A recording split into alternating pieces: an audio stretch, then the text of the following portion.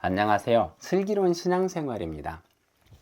오늘은 지난 시간에 이어서 성령의 열매를 맺는 맺는 법의 원리 또는 성령의 열매를 맺는 원리에 대해서 살펴보도록 하겠습니다.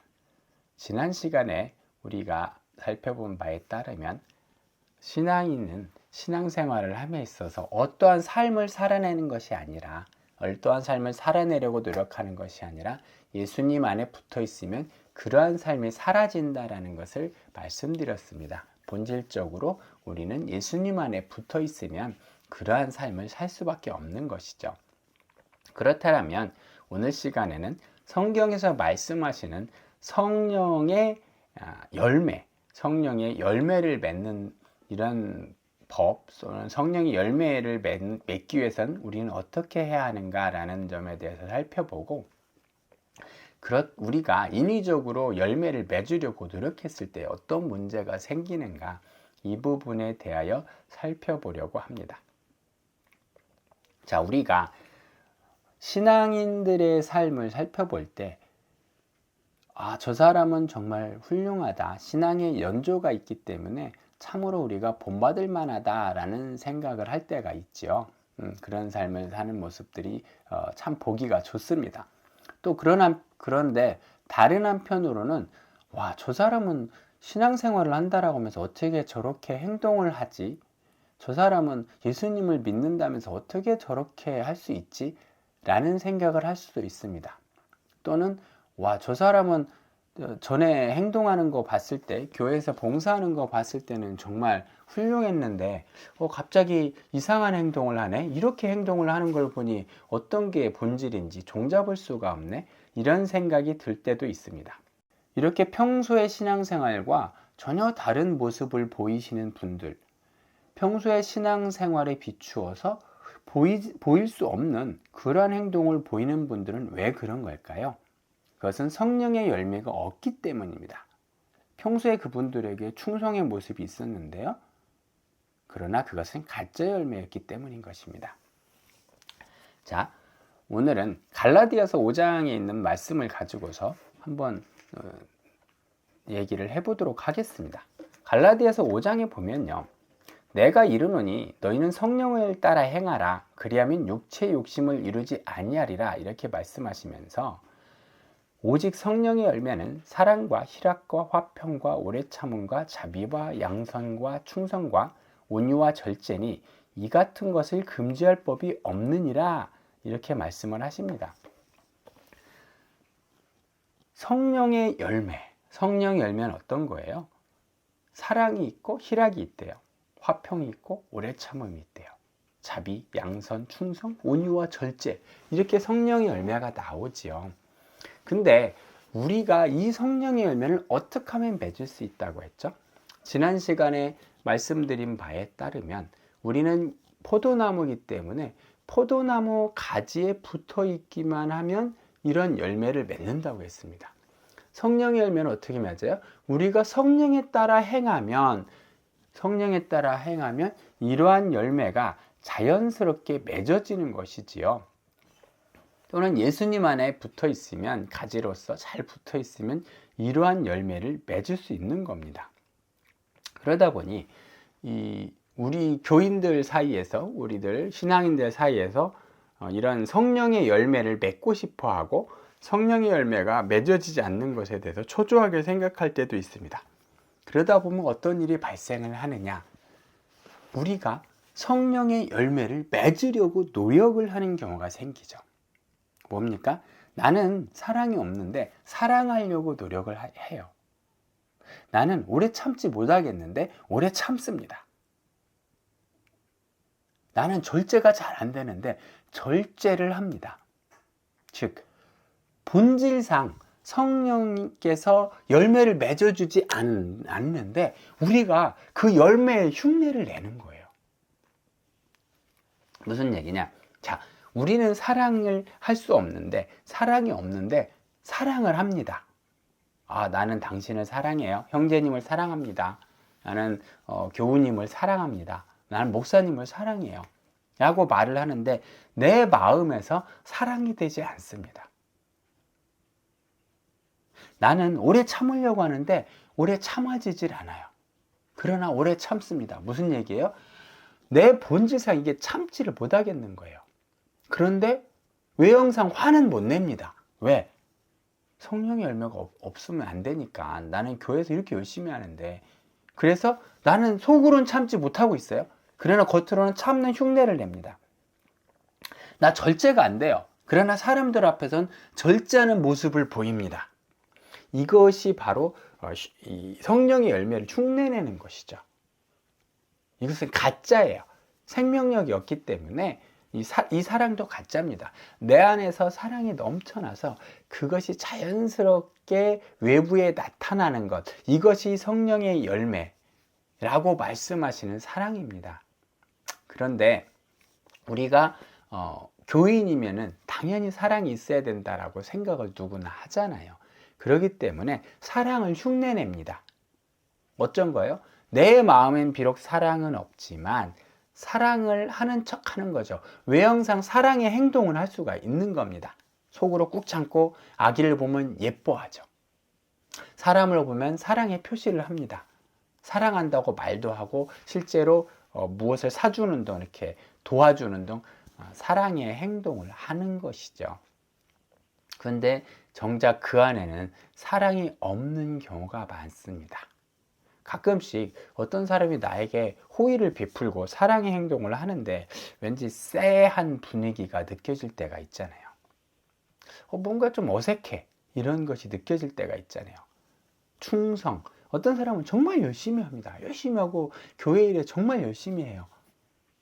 근데 뭔가 기도 제목이 이루어지지 않거나 뭔가 맘상하는 일이 있으면 더 이상 충성하지 않습니다. 오히려 분쟁을 일으킵니다. 그럼 우리가 헷갈리는 거죠. 와, 저분은 그동안에 해오던 일을 보면은 안 그런데 왜 이런 행동을 할까? 저분이 정말 믿음이 있는 걸까? 이런 의심이 들잖아요. 물론 여러 가지 사정이 있어서 일률적으로 판단은 할 수가 없지만 우리가 이런 경우는 어떻게 생각할 수 있느냐? 뭔가 저분이 성령의 열매를 맺어서 저렇게 행동했던 것이 아니라 인간적으로 열심히 했구나, 노력했구나, 이렇게 생각하실 수 있습니다. 그러면 인간적으로 노력하는 거랑 성령의 열매랑 뭐 차이가 뭐냐? 인간적인 노력이라도 열심히 하는 게 좋은 거 아니냐? 이런 생각이 드실 수가 있습니다. 그러나 처음에 한두 번은 문제가 없는데 나중에 문제가 생깁니다.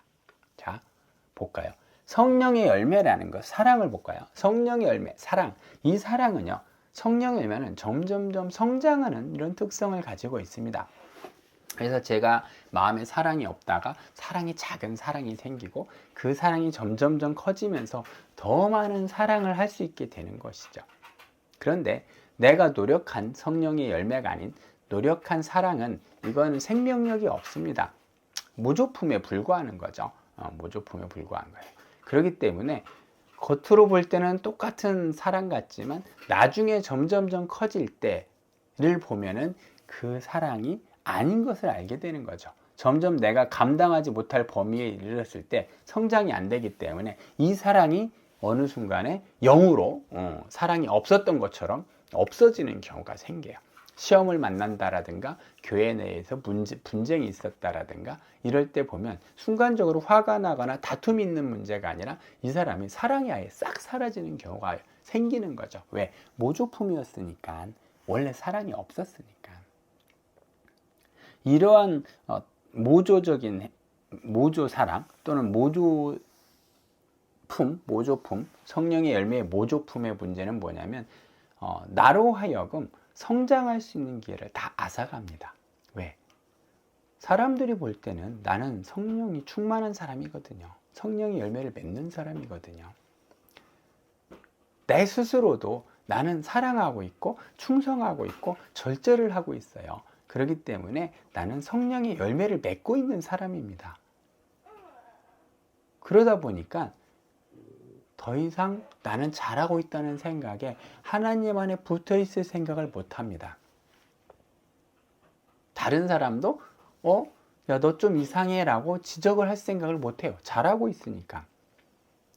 그러니까 나중이 되면 이분은 성령의 열매, 즉 성령 안에서 전혀 성장하지 못하고 있는데 막 성장하는 사람처럼 보입니다. 그렇기 때문에 스스로 성령의 열매를 맺을 수 있는 모든 기회를 박탈을 해버려요. 그리고 성령 안에서 성장할 수 있는 모든 기회를 스스로 박탈당합니다. 그리고 이런 분들이 교회 내에서 직분을 맡거나 봉사를 맡게 되면 문제가 발생하는 거예요. 왜? 사랑이 없는데, 성령의 열매가 없는데, 성령의 열매를 맺는 사람들이 섬겨야 될 직분에 가 있으니 문제가 발생을 하겠죠. 그래서 자기 스스로가 이런 부분을 잘 돌아볼 필요가 있습니다. 그래서 이것은 노력을 하면 안 됩니다. 성령의 열매는 노력을 하면 안 돼요. 항상 우리가 반템포 뒤에 가 있어야 됩니다. 성령께서 먼저 가시고 예수님께서 먼저 가시고 나는 약간 끌려가거나 등 떠밀려가는 수준으로 신앙생활을 해야 문제가 없지, 내가 열심히 해서 노력해서 내가 앞장서서 이렇게 가게 되면 이런 문제가 발생을 합니다. 그래서 여러분들을 한번 자세히 살펴보세요. 내가 성령의 열매를 맺고 있나? 나는 예수님보다 반발자국 뒤에서 끌려가고 있나? 아니면 앞에서 끌고 가고 있나? 앞에서 끌고 가고 있다면 반드시 한번 자신을 돌아보아야 됩니다. 내가 성령의 열매를 맺어서 자연스럽게 사랑이 나오고 희락이 나오고 화평이 나오고 오래 참음이 나오는지, 아니면 내가 노력을 해야 하는지. 만약에 노력을 해야 된다라는 생각이 드신다면 다시 원점으로 돌아오셔서 하나님께 성령의 열매를 맺게 해달라고 기도하시고 항상 반템포 뒤에 가서 따라가는 이런 훈련을 하십시오. 그럴 때 여러분들이 성령의 열매를 맺으실 수 있을 겁니다. 오늘의 말씀을 요약하겠습니다. 성령의 열매는 노력하는 것이 아닙니다. 또 우리가 노력을 해서 성령의 열매를 맺은 것 같은 외관을 만들어내면 안 됩니다. 이것은 하나님의 은혜로부터 스스로를 차단하는 어리석은 행동입니다. 우리는 항상 반템포 뒤에 가면서 하나님께서 우리에게 사랑을 부어주실 때, 희락을 부어주실 때, 오래 참음, 화평, 절제 이런 것들을 부어주실 때 그에 따라서 반템포씩 뒤에서 나가는 그런 생활을 하실 때 여러분이 모조품을 만들어내려고 노력하는 것이 아니라 마음속에서 우러나오는 성령의 열매, 여러분의 내면에서 성장하는 성령의 열매를 맛보실 수 있을 것입니다. 오늘은 성령의 열매를 우리가 노력으로 만들어내려고 했을 때 문제점을 살펴봤고요. 다음 시간에는 이렇게 성령의 열매를 맺으려고 노력하는 것이 아니라 성령의 역사심에 따라서 열매를 맺을 때 우리에게는 어떠한 자세가 필요한지에 대해서 살펴보는 시간을 갖도록 하겠습니다. 감사합니다.